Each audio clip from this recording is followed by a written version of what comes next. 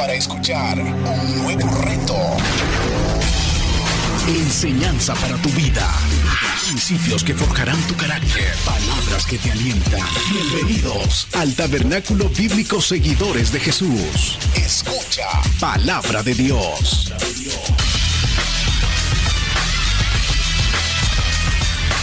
En el nombre de nuestro Señor Jesucristo hemos orado. Amén y amén. Pueden sentarse, hermanos.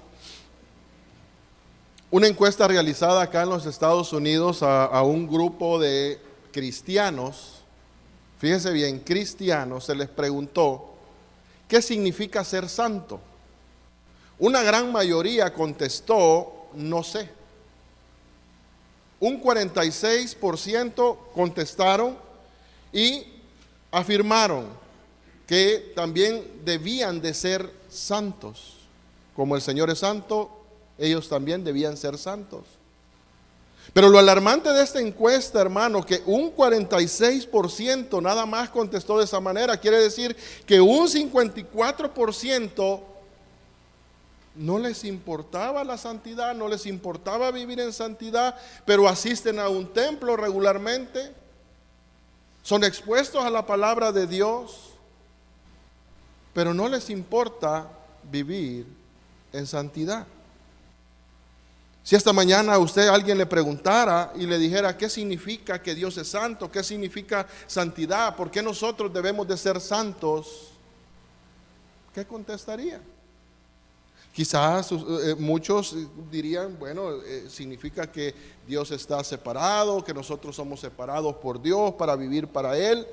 Cuando nosotros hablamos de Dios, que Dios es santo, significa que Él es separado de su creación, que Él es el único, que Él es inigualable, que no hay nadie como Él.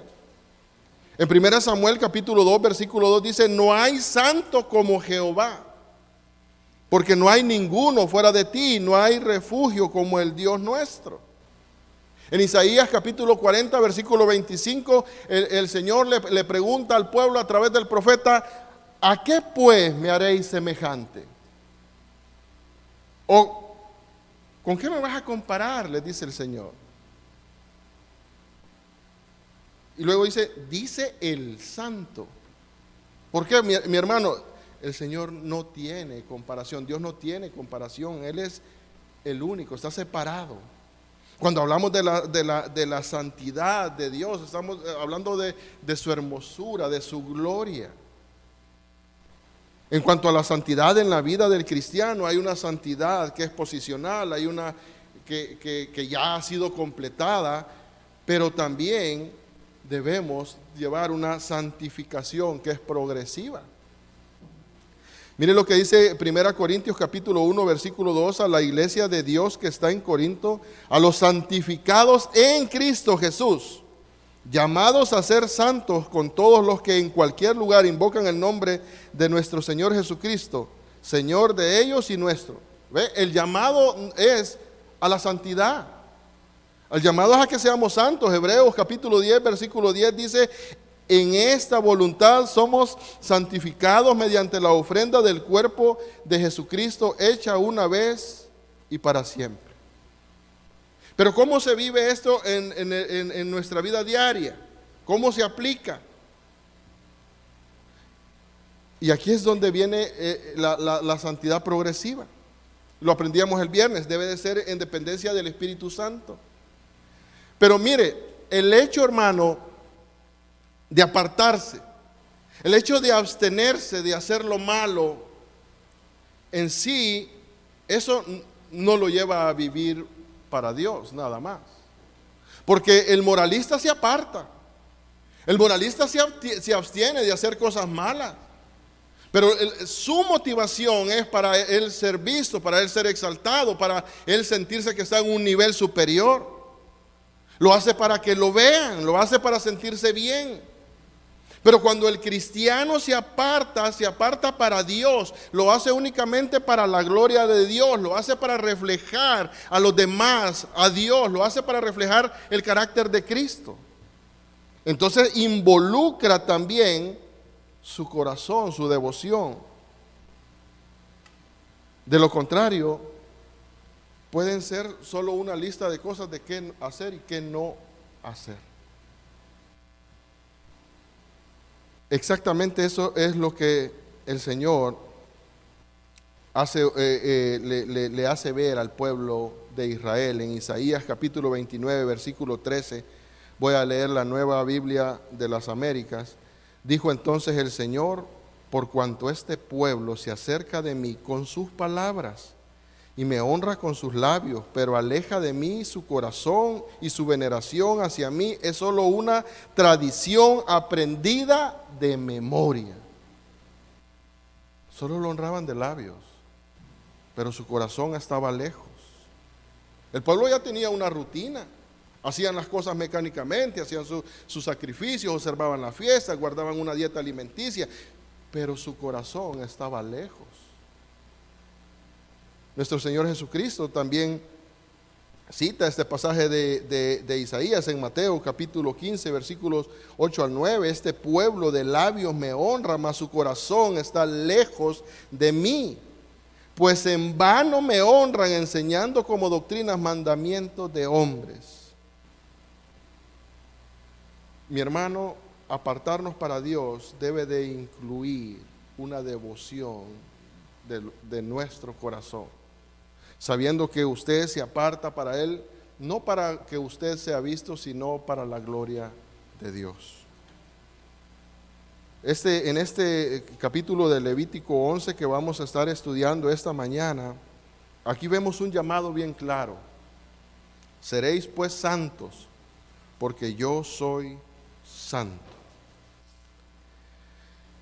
Y yo me preguntaba mientras estudiaba en este capítulo y estudiaba acerca de la santidad de Dios, ¿cómo sería, mi hermano, nuestra vida si nosotros actuáramos conscientemente de que Dios está con nosotros en todo momento, que el Dios Santo está con usted en cada cosa que usted hace del día?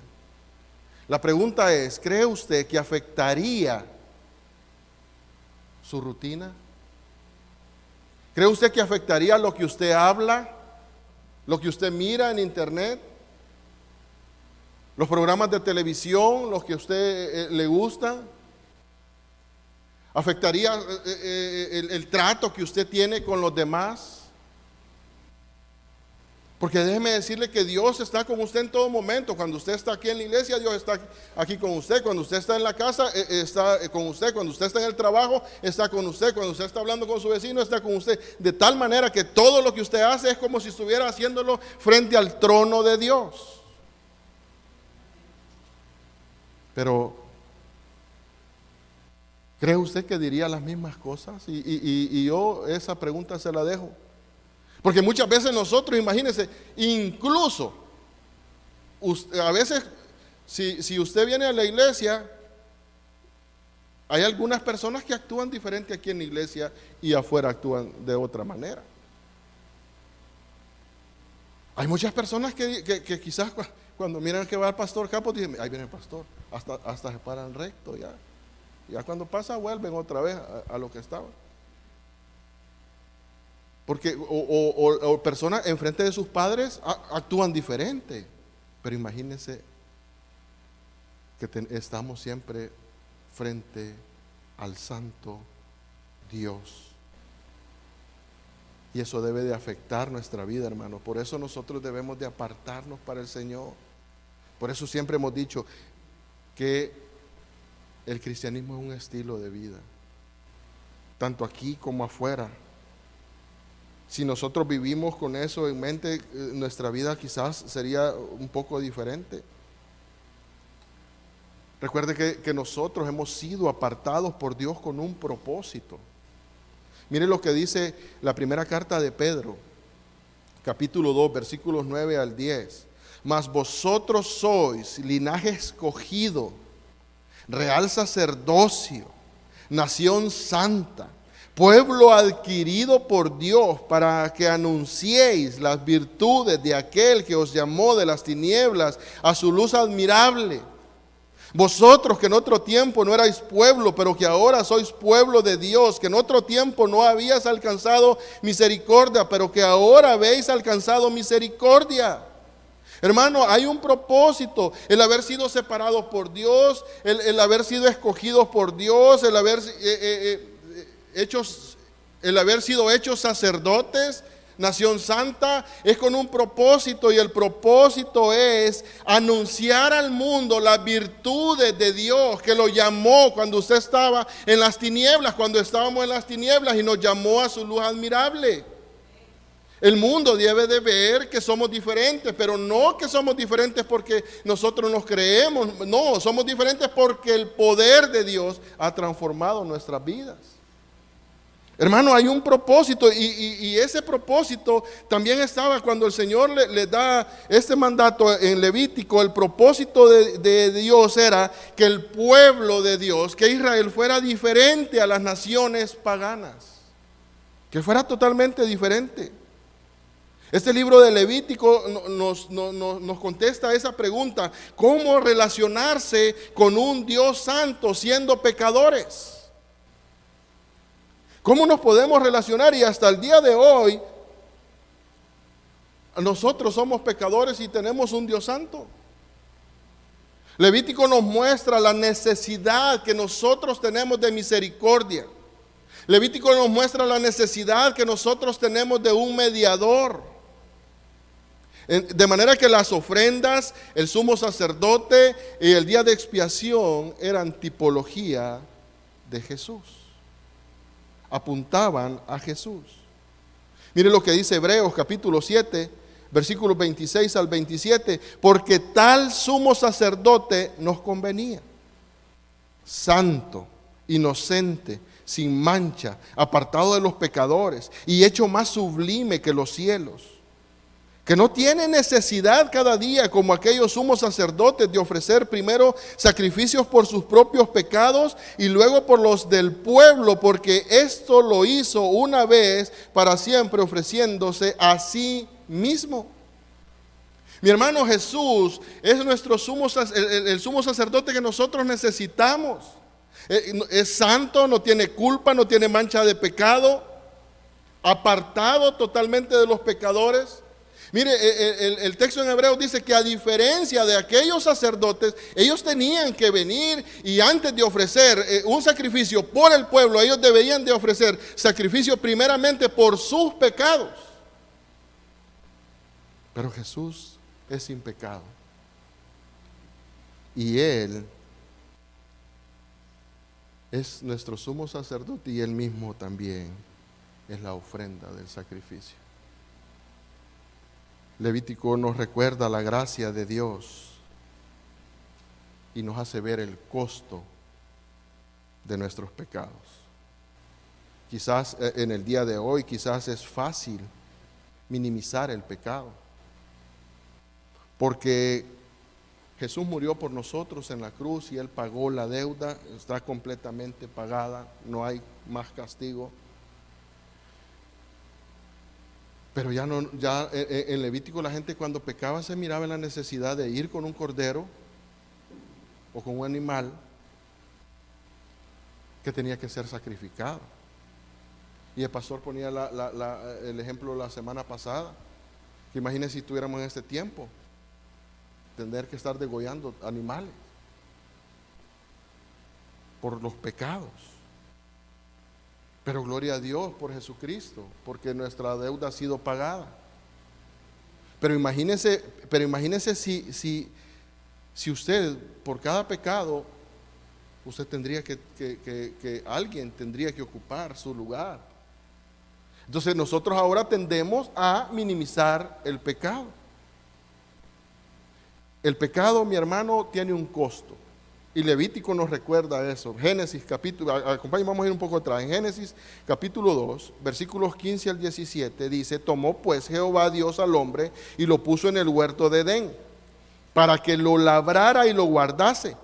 Y mandó Jehová Dios al hombre diciendo: de todo árbol del huerto podrás comer, mas del árbol de la ciencia del bien y del mal no comerás. Y aquí viene la sentencia: porque el día que de él comieres, ciertamente morirás. La paga del pecado es muerte. No importa el pecado. Ahora se tiende a tipificar, no, pero es una mentirita chiquita, no es una mentirita blanca, no es una mentira un poco más grande. Sea una mentirita chiquita, blanca, roja o de cualquier color que lo quiera poner, es igual a la avaricia, a la codicia, a la fornicación, y ahí súmele usted toda la cantidad de pecados. Es igual. La pena es la misma. Pero acá también en Levítico Dios nos muestra su misericordia al establecer un sistema de sacrificios. Y todos esos sacrificios, como ya le dije, apuntaban a Jesús, por medio de los cuales el pecador iba a presentar un sustituto y cada persona llevaba un animal que recibía la pena de muerte en su lugar. De manera que el Levítico nos muestra la gracia y la misericordia de Dios, porque nos ofrece un sustituto para el pecado. Y no solo un sustituto, sino también un mediador. Porque Dios aparta sacerdotes acá en Levítico que le iban a servir a él y al pueblo. Pero fíjese que aquí estudiando esto vemos algo importante. Los sacerdotes debían de servir a Dios como Él lo había ordenado. Como Él lo había ordenado. No era como el sacerdote considerara. No era que él iba a seguir, bueno, yo creo que esta vez lo voy a hacer de esta forma. No, todo se debía de seguir como Dios lo ordena. Y Dios es el mismo. Y nosotros debemos de seguirlo sirviendo como Dios manda. Pero muchas veces nosotros queremos servir a Dios dependiendo del ánimo en el que nosotros nos encontremos. Mire, habían consecuencias de no hacer como Dios mandaba las cosas. Mire Levítico capítulo 10, versículos del 1 al 3. Nadab y Abiú, hijos de Aarón, tomaron cada uno incensario y pusieron en ellos fuego, sobre el cual pusieron incienso, y ofrecieron delante de Jehová fuego extraño que él nunca mandó. Y salió fuego delante de Jehová y los quemó y murieron delante de Jehová. Entonces dijo Moisés a Aarón: esto es lo que habló Jehová diciendo: en los que a mí se acercan me santificaré, y en presencia de todo el pueblo seré glorificado. Y Aarón cayó. Los sacerdotes tenían que hacer todo como Dios lo había estipulado. Con esto en mente vamos a versículo 44 de Levítico 11. Porque yo soy Jehová vuestro Dios, vosotros por tanto os santificaréis y seréis santos, porque yo soy santo. Así que no contaminéis vuestras personas con ningún animal que se arrastre sobre la tierra. Verso 45, porque yo soy Jehová que os hago subir de la tierra de Egipto para ser vuestro Dios. Seréis pues santos, porque yo soy santo. La esencia de la santidad de Dios es que Él está separado de nosotros. Él es diferente a todo lo que nuestra mente pueda imaginar. En la visión de Isaías, en el capítulo 6, Isaías ve ángeles alrededor del trono de Dios, diciendo a una voz: santo, santo, santo, el Señor de los ejércitos, toda la tierra está llena de su gloria. Jerry Bridges hace un comentario a esto y dice: la triple repetición en hebreo indica el grado más alto posible, o como podríamos decir, la infinitud de la santidad de Dios. Él dice: la santidad de Dios es sin límites y Él es infinito en todos sus atributos gloriosos, pero la santidad es la que recibe la triple atribución: santo, santo, santo. El puritano John Owen dijo: hay dos cosas que son adecuadas para humillar las almas de los hombres. Una es la debida consideración de Dios y luego de nosotros mismos. de Dios en su grandeza, en su gloria, en su santidad, en su poder, en su majestad y en su autoridad. Y de nosotros en nuestra condición miserable, pobre y de pecado.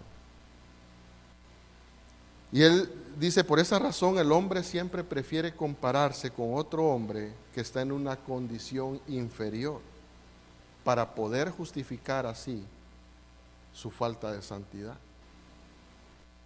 Volviendo a Levítico, hermano, el texto nos muestra que Dios está enseñando a su pueblo a vivir diferente. Y él usa la distinción entre lo limpio y lo inmundo para que Israel se diferencie de las otras naciones idólatras que vivían sin reglas. Por medio de las leyes, de los rituales dietéticos, Dios quiere que el pueblo vaya por un camino totalmente diferente al camino que llevaban las naciones paganas. Dios quiere que su pueblo sea diferente. Eso fue en el tiempo de Levítico y todavía en nuestro tiempo es lo mismo. Nosotros debemos de ser diferentes.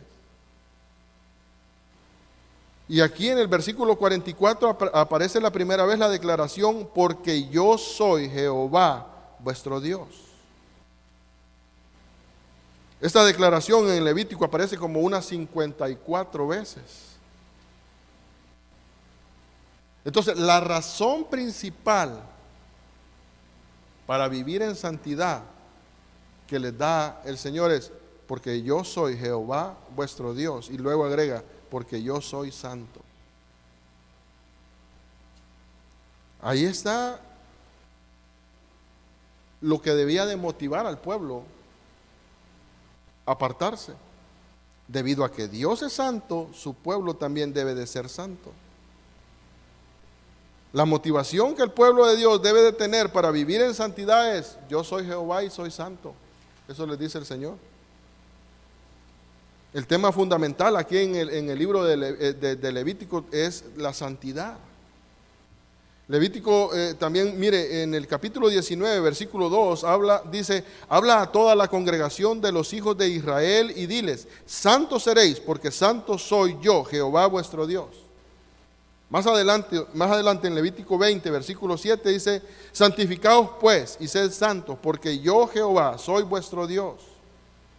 En ese mismo capítulo 20, versículo 26, habéis pues de serme santos, porque yo Jehová soy santo y os he apartado de los pueblos para que seáis míos. En el capítulo 21, versículos 6 al 8, santos serán a su Dios y no profanarán el nombre de su Dios, porque las ofrendas encendidas para Jehová y el pan de su Dios ofrecen, por tanto serán santos. Con mujer ramera o infame no se casarán, ni con mujer repudiada de su marido, porque el sacerdote es santo a su Dios. Le santificarás, por tanto, pues el pan de tu Dios ofrece. Santo serás para ti, porque santo soy yo, Jehová que os santifico. Mientras nosotros vemos la santidad de Dios, más podemos ver nuestra miseria, nuestra pecaminosidad, porque tenemos un corazón engañoso. Y entonces nosotros pensamos, ¿cómo puedo alcanzar ese objetivo? Y aquí nos encontramos ante un dilema. ¿Cómo nos relacionamos, cómo nos acercamos a un Dios santo, siendo nosotros pecadores? Y la solución a ese problema la encontramos en la cruz. Jesús es nuestro refugio seguro. Él es el mediador entre un Dios santo y hombres pecadores. Cuando venimos a Jesús en arrepentimiento y fe, su justicia y su santidad nos es acreditada a nuestro favor. El único hombre que ha vivido perfectamente la santidad, en santidad es nuestro Señor Jesucristo. Jesús vivió una vida perfecta, santa, sin pecado. Mire cómo lo presentan las Escrituras. Hebreos capítulo 4, versículo 15, porque no tenemos un sumo sacerdote que no pueda compadecerse de nuestras debilidades, sino uno que fue tentado en todo según nuestra semejanza, pero sin pecado. Primera de Pedro, capítulo 2, versículo 22. El cual no hizo pecado, ni se halló engaño en su boca. En Primera de Juan, capítulo 3, versículo 5, y sabéis que Él apareció para quitar nuestros pecados, y no hay pecado en Él. Isaías en el capítulo 53, versículo 11, lo presenta como el siervo justo. En Salmos capítulo 45, versículo 7, el salmista lo presenta como el que ha amado la justicia y ha aborrecido la iniquidad. La santidad de Jesús es más que una ausencia de pecado. Era una vida justa, era una vida perfecta, era una vida en conformidad con la voluntad del Padre. Él mismo dijo: yo no he venido para hacer mi voluntad, sino para hacer la voluntad del que me envió, en Juan 6. En otra ocasión Él dijo: mi alimento es hacer la voluntad del que me envió. Y quizás la declaración más clara de la santidad de Jesús la vemos en Juan capítulo 8, versículo 29, y Él dice: porque Él me envió, conmigo está, no me ha dejado solo el Padre, porque yo hago siempre lo que le agrada. Jesús, mi hermano, es nuestro gran sumo sacerdote. Jesús es el sacrificio para perdonar nuestros pecados, de manera que hoy podemos entrar nosotros confiadamente al trono de la gracia.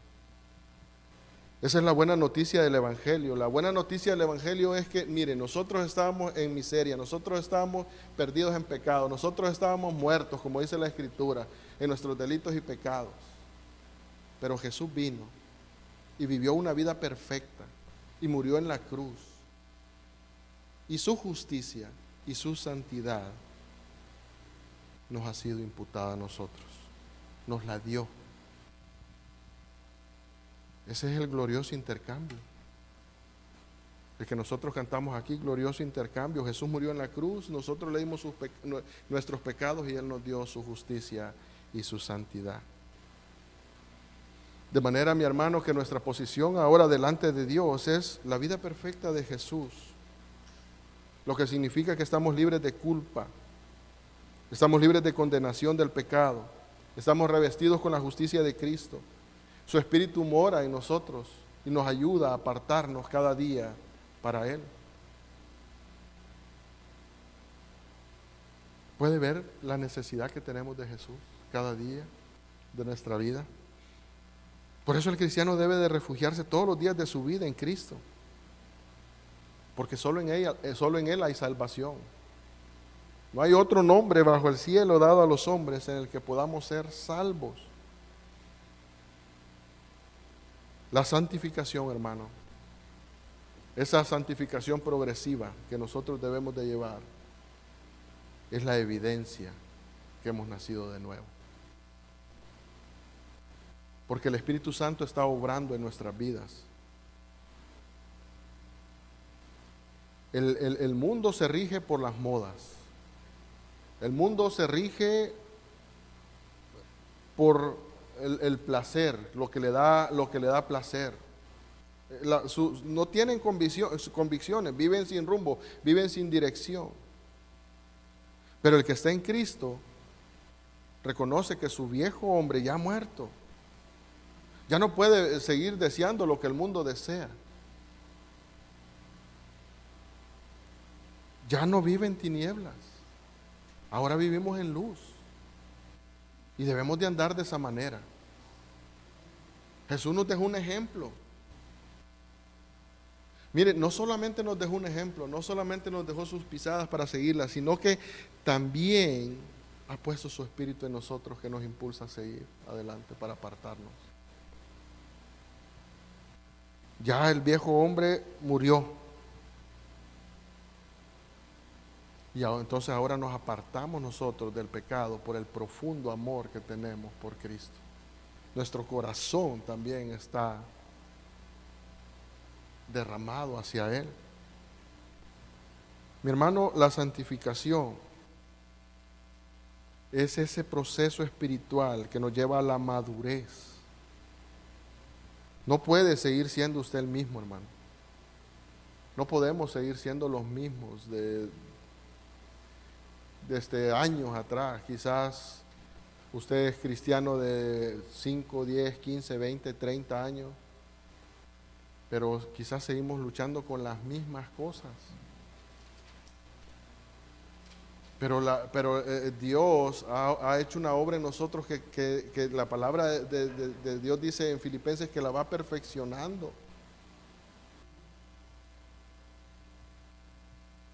Proverbio lo ejemplifica de esta manera en el versículo 18, capítulo 4, versículo 18. Mas la senda de los justos es como la luz de la aurora que va en aumento hasta que el día es perfecto. Debemos nosotros, mi hermano, de apartarnos para el Señor. Pero ¿qué pasa con nosotros muchas veces? Somos confrontados con la palabra y en lugar de sentirnos bien, nos enojamos muchas veces.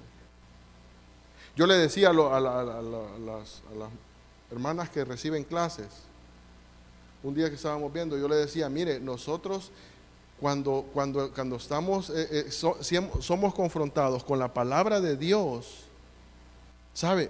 Debemos de sentirnos contentos.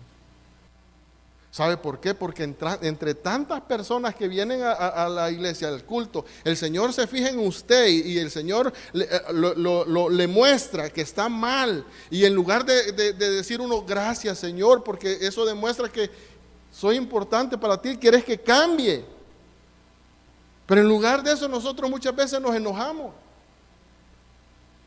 En lugar de eso muchas veces nosotros pensamos, algo sabe. Algo le han dicho al que está predicando.